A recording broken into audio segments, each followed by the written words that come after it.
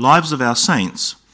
On the 23rd of November, our church celebrates the feast day of Saint Amphilochios.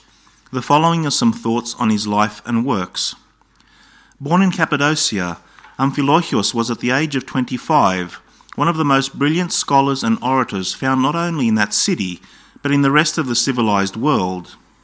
It was Christendom's good fortune that he chose to follow Christ and apply his talents to the Saviour's cause. He was a cousin of St. Gregory of Nazianzios, with whom he corresponded regularly, and for whom he was influenced greatly. Amphilochios had left Constantinople for the bleakness of an Asian desert in order to find solitude for the spiritual refreshment that can be found in self-denial, when he received word that his two friends, St. Basil and St. Gregory, had arranged for him to become Archbishop of Iconium, a post made vacant by the death of Archbishop John. Hesitant at first to leave the seclusion which was affording him an inner peace, he was prevailed upon to leave the desert on the grounds that it would be in the best interest of the Church.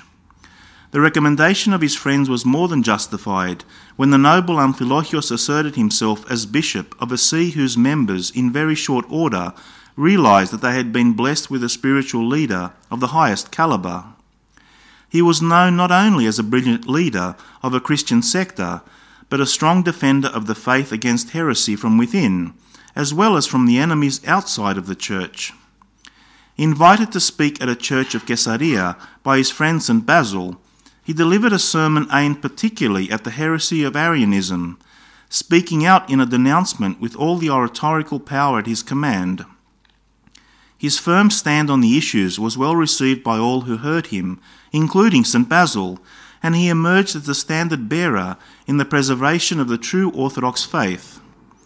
When the cause of Arianism, which would have sundered the character of Jesus Christ, found sympathy with Emperor Theodosius, he was chosen as spokesman for orthodoxy in an attempt to convince the emperor that Arianism was heresy.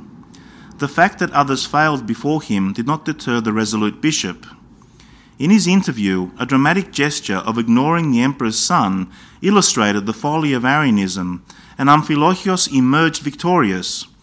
He went on to other triumphs, but in his long life the denial of Arianism was his greatest.